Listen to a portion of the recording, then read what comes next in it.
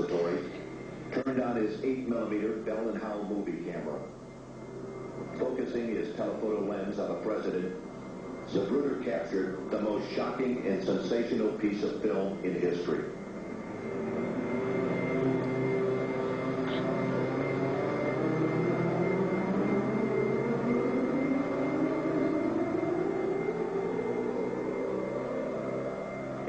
Motorcade in Dallas on November 22nd, 1963. As the presidential car passes behind the freeway sign, President Kennedy is struck in the throat by a bullet that was fired from the grassy knoll. As he's grasping his throat to John Connolly, turning around to his right, he at that point is struck. You notice the passenger of the car turning back to see what has happened to the president. As he turns back to the front, the driver of the car turns with his left arm over his right shoulder with a pistol and fires. You see the 45 caliber nickel-plated automatic weapon in his left hand. He's firing over his right shoulder. You see him release. You see his head pointing backwards towards the president.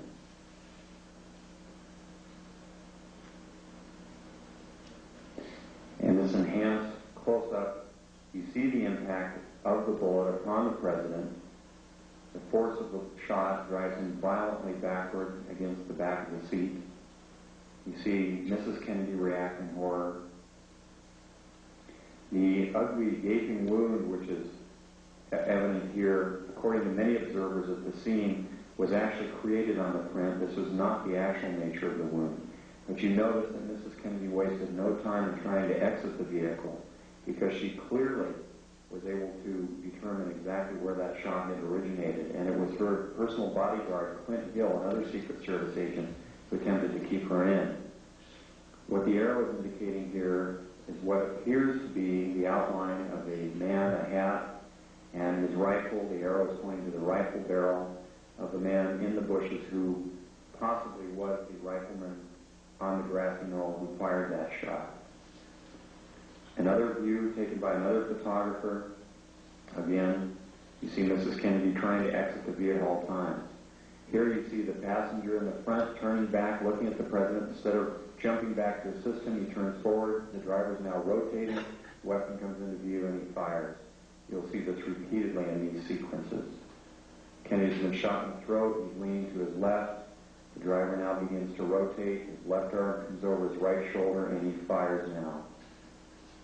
Again, you see the driver rotate. You see the weapon come into view. He's rotating again. The weapon is in view. He fires. You can clearly see his head turning and his arm and the weapon extending into view over his right shoulder. Many of the witnesses indicated that the car slowed almost to a virtual halt at about this point. And here in the normal version, you see how much more quickly it is speeded up. It's much harder to determine.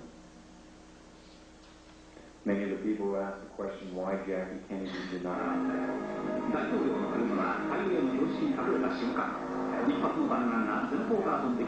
This is the same film that we sent to Japan to have a computer analyzed. The Japanese concurred. They said that I was absolutely right in the outline what they found from the computer analysis.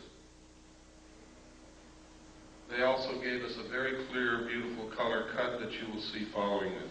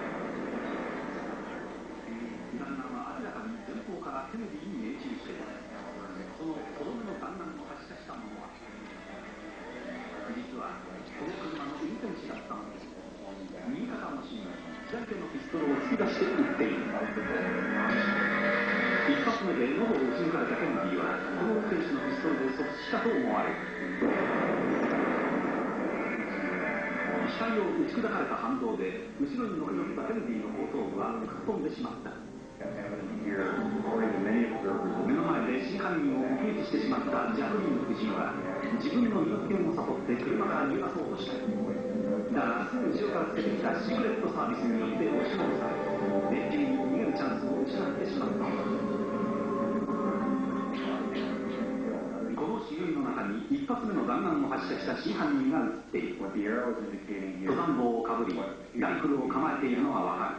man, a hat, and his rifle. The arrow くこのその式が最初にケネディの喉を撃ち抜いたのだ。On the graphenol who fired that shot. Another 別のフィルムでもシークレットサービスが慌ててジャクリーン夫人を阻止しようと飛び乗るのが映っている。ここで決定的な瞬間をより鮮明なフィルムで見て画面右端の運転士が飛び乗り片腰にピストルで撃つのが見える。画面の右端に見える運転士の動作に注意するとわかる。ハンドルを握った右腕の足に左手でピストルを突き出している。もう一度見てみよう。間もなく運転手の頭が後ろを振り向くと同時に肩のところに白く光るピストルが出てくるのが見える。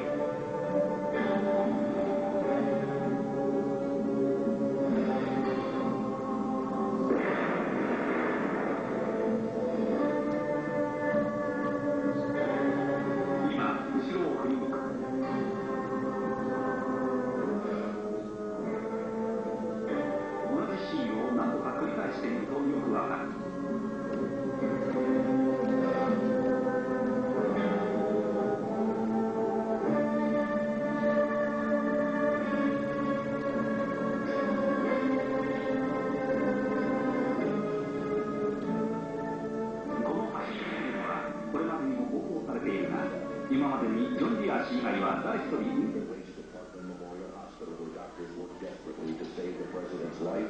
and to care for Governor Conley, who was also seriously injured in the shooting. Although the governor would make a full recovery, it was obvious to the doctors that Kennedy's wounds were fatal, and at approximately 1 p.m., the president was pronounced dead.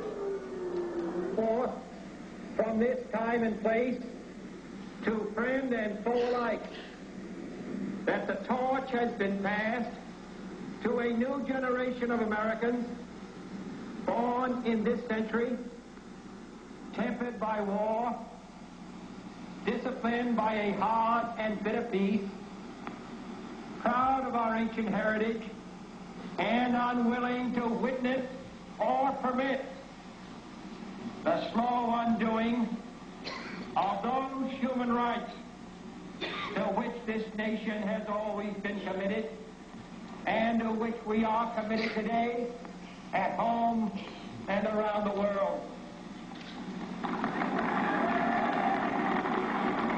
What began with such promise, however, would end less than 3 years later in tragedy.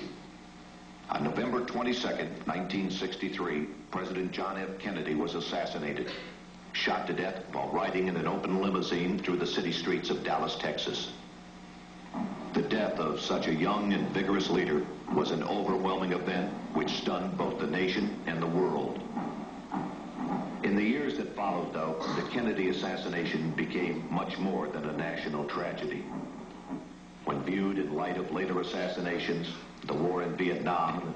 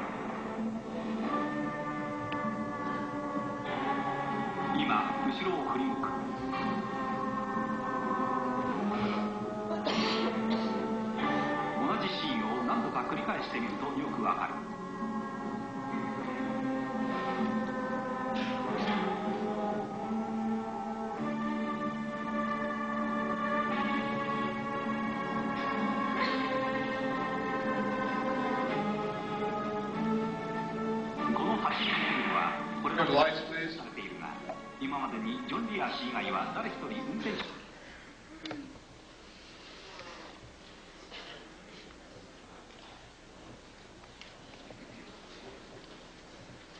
While I was with the Office of Naval Intelligence attached to the Commander-in-Chief of the United States Pacific Fleet staff, documents that stated with no hesitation whatsoever